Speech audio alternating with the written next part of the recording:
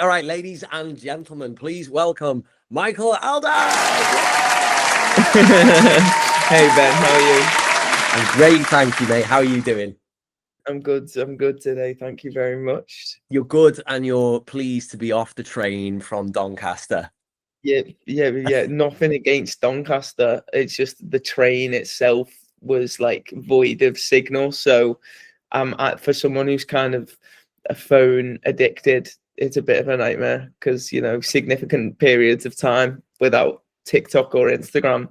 That's it. I don't fare well without it. That's it. And of course, like now, especially as an artist, you got to be on TikTok and Instagram and everything nearly 24/7, haven't you? Are you all over that, or how does that feel for you doing all that?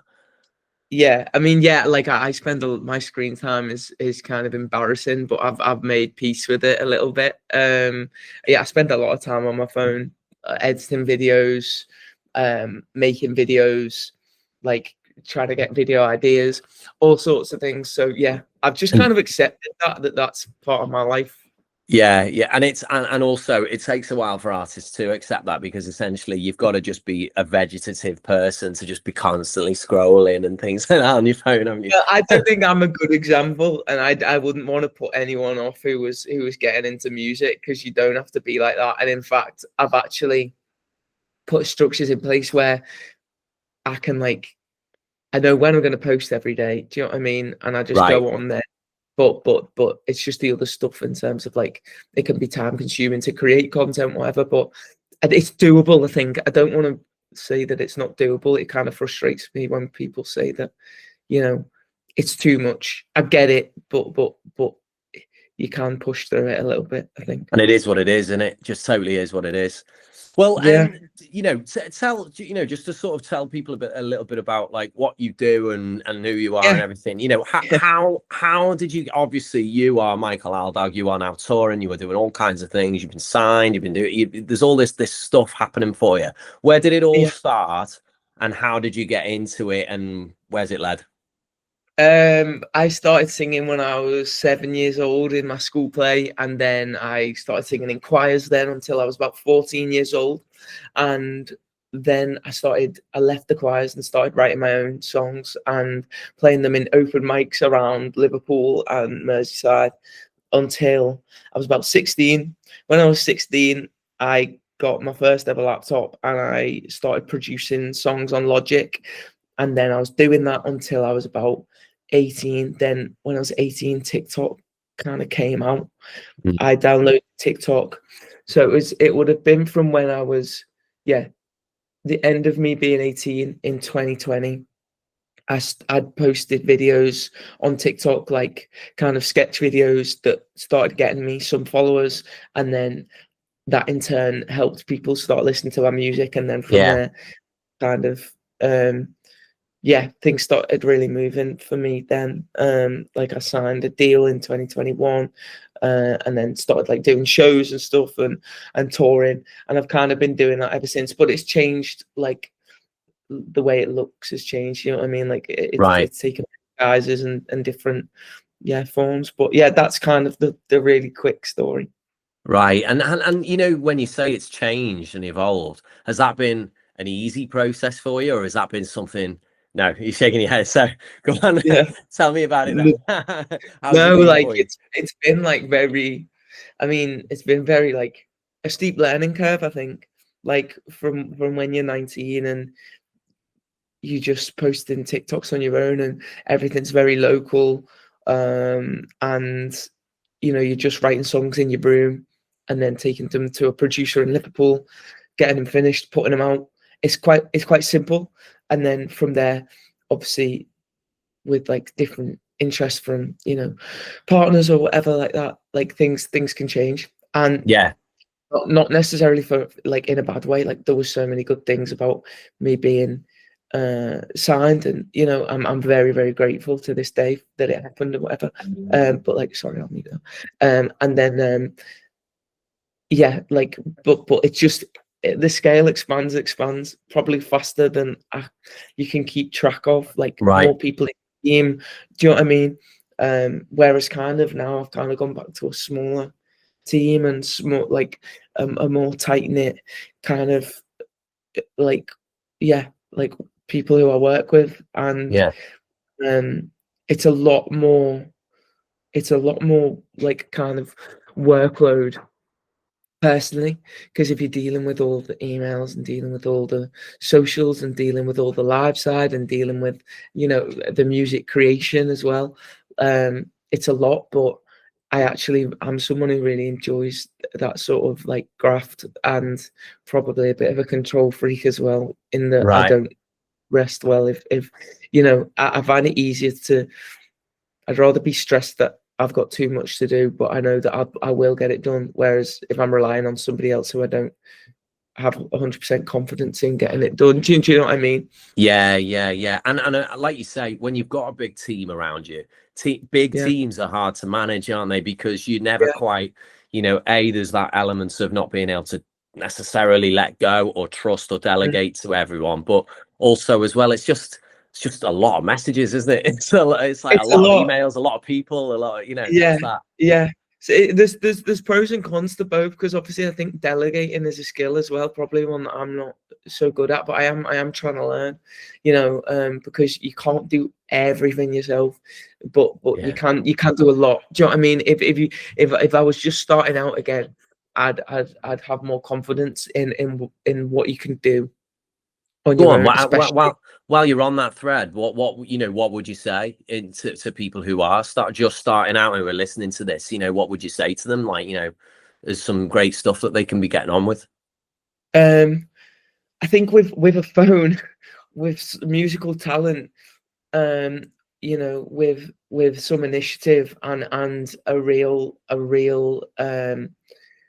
drive and love of working hard and graft, you'll be surprised how far you can take yourself. You know, if you're 19, or even if you're like 27 or however old you are, like with the internet now, you can, it's the power's in your hands. Do you know what I mean? You could find a niche for your music or whatever you're doing. If it's just content, like there's a niche if you want it, you know what I mean? Yeah. I believe. So I think, yeah, like when maybe the industry years and years ago, before I kind of got into it, I think I got into it at a time where it was changing, and in the midst of the change. And I think now we're kind of more settled into, people know what TikTok is, people know what social media is and what you can do. And even the kind of streaming model and stuff is changing. So like the way you release can be different. But I think if you're just starting out, you know, just do what you can. Like if you can post like as consistently as you feel possible. Do you know what I mean? If you Right. can write as many good songs as you want, and get them into a little project and have a release date to put them out, and then just set a campaign around it and say, okay, I'm going to shoot this content, and maybe I'll do one live show at the end of it, and just keep doing that like over and over again, I guess, and just keep writing and keep going, and things will slowly pick up. Do you know what I mean? Like it won't. I mean, this is only talking from my experience. Do you know what I mean? Like Yeah, of I course. don't know, like I don't know a lot really. I only know what I've been through. But yeah, you can do quite a lot. You definitely can. And also, I mean, you know about as much as everyone does, though, I would say. I mean, like, I don't think anyone, even presidents of labels, and I mean, Ed Sheeran himself has said, I don't know what makes a hit, I don't know what makes things work, but Yeah, you exactly the same as you try things, and there are some yeah, generally good strategies, aren't there, to yeah, it probably makes sense that you should probably you know put some songs together to get a TikTok yeah, account. Like there are yeah, some consistent things on there to be doing definitely. for any artist. What's your thought on getting fans to gigs and things? Do you have any advice for like getting people down to your gigs and flogging tickets and things like that? Th- there's no secret. Like I've got a tour on sale right now, and like 7 dates, 5 have sold out, and then I've got Newcastle and Hull still left to sell. And like I don't know. I just keep posting about it as much as I can without annoying people. Do you know what I mean? And like, luckily, it's worked for 5 of the dates. I hope Newcastle will sell out, but to be fair, Hull's quite a way off. So like, I don't know. Do you know what I mean? I just like again. Hope for the best. It's just like post and hope and see if it does well. And I don't know. I don't think you can click your fingers and do it, but don't ever. One piece of advice for shows I'd say is don't try and oversell yourself. I always feel more comfortable playing a venue that I know that I can sell out rather than like going for bigger venues. But that's personal choice, because some people like to just like obviously go for massive venues, and then even if it's 70% sold out, it still feels cool for them, and maybe it's a good look, you know, to say you're playing X venue. But yeah, that's my that's good advice though, because I've definitely been to gigs before, or I've been on them, or they've been my own, where you know you're playing them and you're thinking, fuck, there's like the bar staff here. Yeah, you know, and like it happens, doesn't it? That's, you know, that's for any artist. You know, it's part and parcel, I guess. Like, it's not a nice feeling. Like, I've had things in the past, like where I've had to like cancel shows due to illness or postpone them due to illness and sickness and whatever, and like bad organization. And like it's that is the worst feeling. I think like that's one of the worst feelings I've felt in music, is like having to let people down who've paid to, you know what I mean? I remember the first time I used to suffer with tonsillitis all the time, and then I've since got tonsils removed because it was just so regular, and like it was really impeding my ability to perform, because every time I got close to performing, I'd get nervous, so then my immune system would be down, and and then I'd get tonsillitis. So anyway, long story short, I got them out. I think that was a good couple of years ago now. That was the first time I ever had to postpone shows, and I was gutted, man. I was just like crying and crying and crying, just and like crying on Instagram and just apologizing. And like it, yeah, I don't like that feeling. I don't like that feeling. Definitely. I mean, you know, speaking of that feeling of feeling, you know, sort of a bit like overwhelmed and whatever, do you have anything, because obviously you're touring still, you're out there, and your presence is right out there, and you're really successful at what you do, and you know, your music's amazing, and it's all this like big wins and big ticks. What, you know, there must be elements of it still that bother you and things, you know. Would you have any advice to anyone, you know, with regards to sort of staying mentally sane and stable, and, you know, how do you get through it? How do you get through it all? Well, I appreciate you saying that. I don't think like it's big wins or anything. Do you know what I mean? I think also on social media, everyone posts their best bits. I was having this conversation the other day. Like, someone was saying to me, like, "Oh, you're doing amazing," and I was like, "I've been doing like nothing this week. I've just been like working my normal job, and, you know, like just grafting, and I didn't feel very good." But it's interesting how people can think that because of your perception on social media, you know. So that's one thing I'd definitely say: don't compare yourself to other people, because it's really hard not to do. When I did it a lot when I was younger, but actually the only person you're competing against is yourself, really. Completely. And just making sure like you stay motivated and stay on your own thing. Yeah, I think it can be difficult, but once you realize it's just your own journey, like right now, like the tour, I'm so excited for the tour, and I'm so grateful that people are coming. It's not the biggest like tour that I've done ever, but it kind of means a lot more maybe than others, because I've kind of had a bigger part in like setting it up, and I kind of now know, with the hindsight of doing more shows and whatever, just how grateful I am that people like are willing to come and see me. Do you know what I mean? And to listen. So I don't think I'm not as focused on like, oh well, it's got to be X capacity, or it's got to be da da da da. Like I just want to. I don't try not to focus on like the results and the numbers like that, and more on just like enjoying what I do and making sure that people who are who are like tuned into the music are also like enjoying what I'm doing. Do you know what I mean? And Yeah. it doesn't ever feel like I'm just like beating people over the head saying come to a show, or beating people over the head saying stream this song. Obviously there's always an element of that, because it's like, that's the game we're in, but you've got to enjoy it. Don't It's the same with like socials as well. Like people get so upset about socials because it's so daunting, and I completely understand that, like completely. So that's why I think I sounded a bit harsh before when I said like I get frustrated when people don't want to do socials. I do to an extent, because I think like that's kind of the industry now, in Yeah. terms of, I don't know how else people are getting discovered, obviously live shows and stuff, but socials are a big part of it. So if you can find some way to make it work, it's worth investing the time in doing that. But equally, it's not like I sit here and I love posting all the time. Like I get anxious from it as well, and have done for years. I remember when I first started, you don't even know how to talk to the camera, and like I've been doing it for like nearly 5 years. Do you know what I mean? So it's easy for me to sit here and say, "No, I'll post every day," but it's like that's what I've been doing. Do you know what I mean? Like I've Yeah. had to learn over And that period that of is the time. industry, like you say, that it just is the state of play, isn't it? In order to be Yeah, visible, you've got to be doing those things every day. And I yeah, mean, certainly with like TikTok and things, sometimes it's like 3-4 times a day, isn't it? To be yeah. visible and stuff.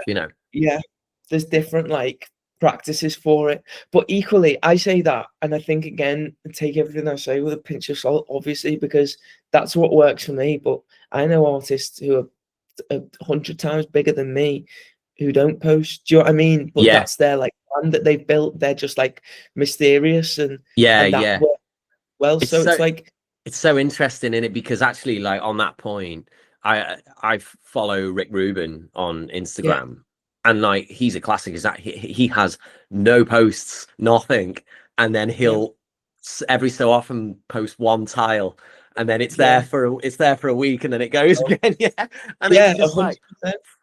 fuck the balls on this guy. It's amazing. Yeah, but that's it. That's exactly it. It's like whatever works for me. That's why it's kind of futile me giving advice on that sort of thing, is because the only thing that I can say that's useful is keep trying and just persist until you find what works. Maybe it's posting every day. Maybe it's posting once a month. Do you know what I mean? Just But try it. Yeah, just have the persistence and consistency in trying. Do you know what I mean?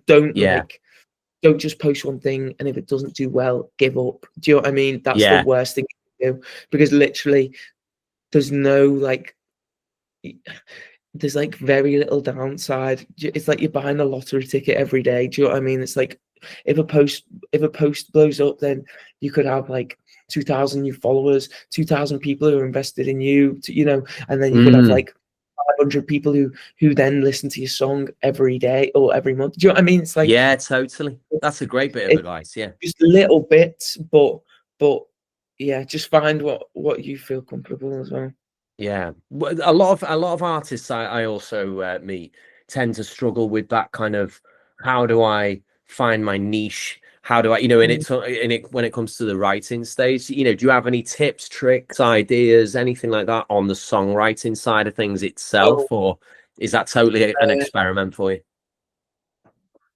yeah, like I've tried like to separate the two things. So like there's two different parts of your brain when it comes to like promotion versus songwriting.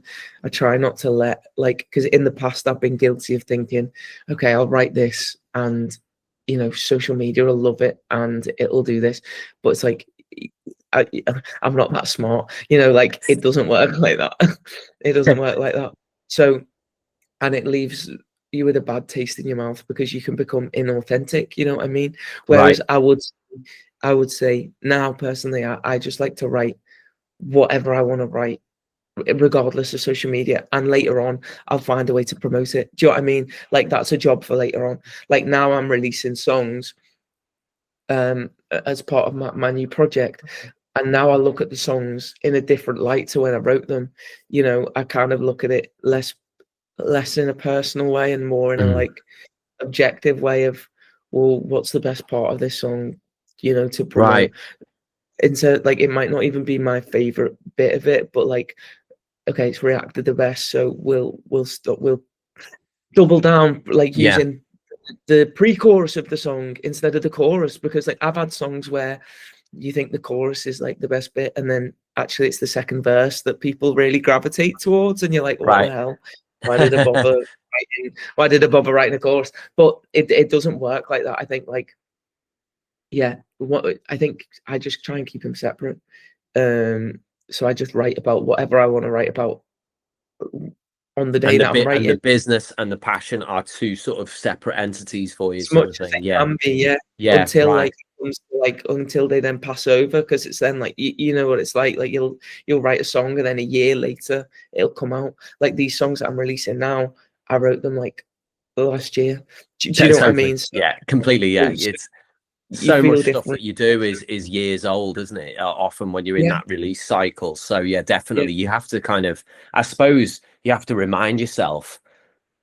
I certainly feel that way myself, where it's like you have to remind yourself, all right, I loved this a year ago, like, and yes, no one's heard it, so it's yeah, like, 100%. just because I've fallen out of love with it doesn't Yeah, mean that they will, you yeah, know. exactly. Well, that's exactly it. Because like, yeah, you could so easily be like, oh, this is jarring. I've heard it on my SoundCloud link for the Yeah, past I've heard 8 this so many years. Like, times. so you lose the passion for it. But it's important. Then that's what I found is like, instead of me being like, well, I don't like it anymore, so I'm not going to push it. I just try and take the emotion out of it and look at it in a kind of objective way and say, I know this is a good song because I did really like it when I did it. So I know it's a good song, and how am I going to do it justice in terms of like, I'm going to post it at least 20 times over the next 2 months, and I'm going to do this type of content for it, that type of content for it, and I'm going to listen to it and try and re-understand what I was saying in the lyrics, so that I can convey that story to people.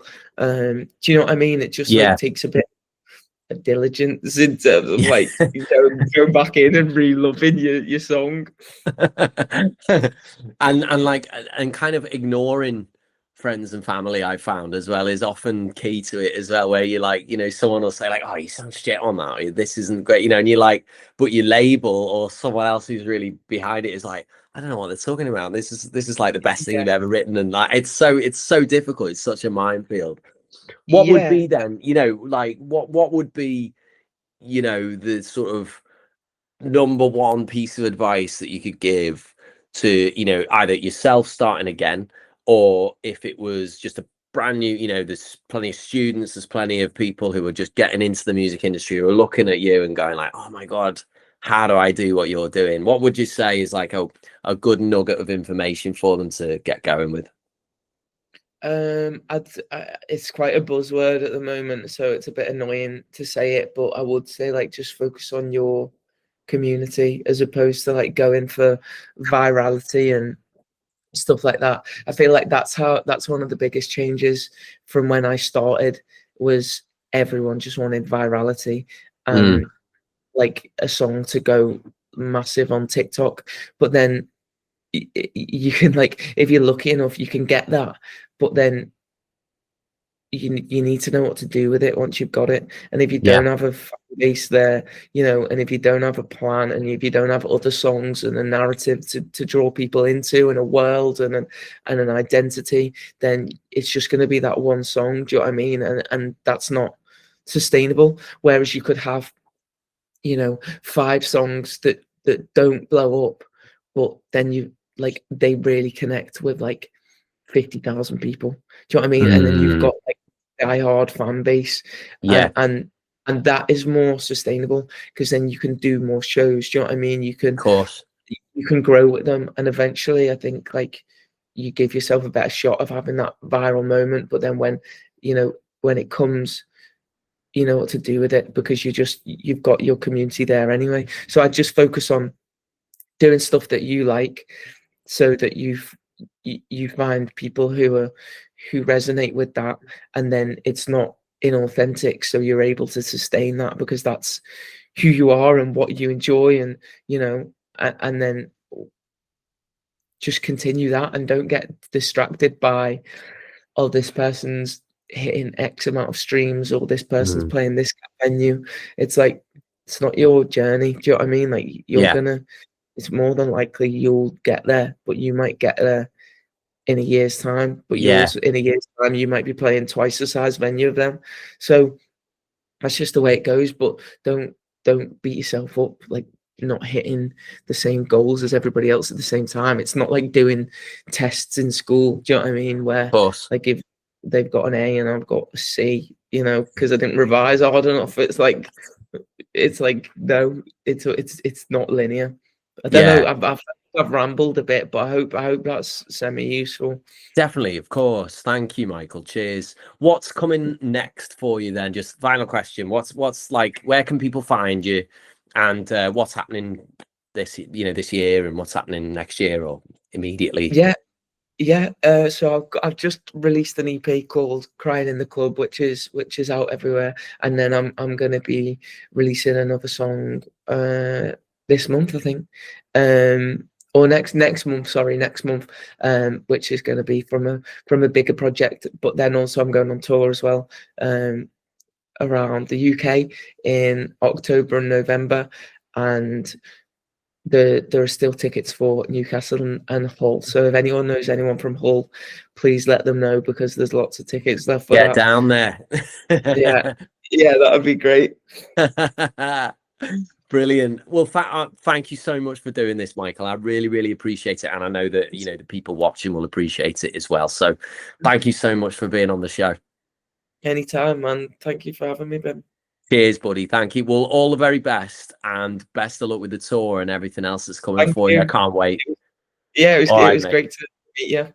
Yeah, you too, mate. All right. Take it easy and have a great rest of your day.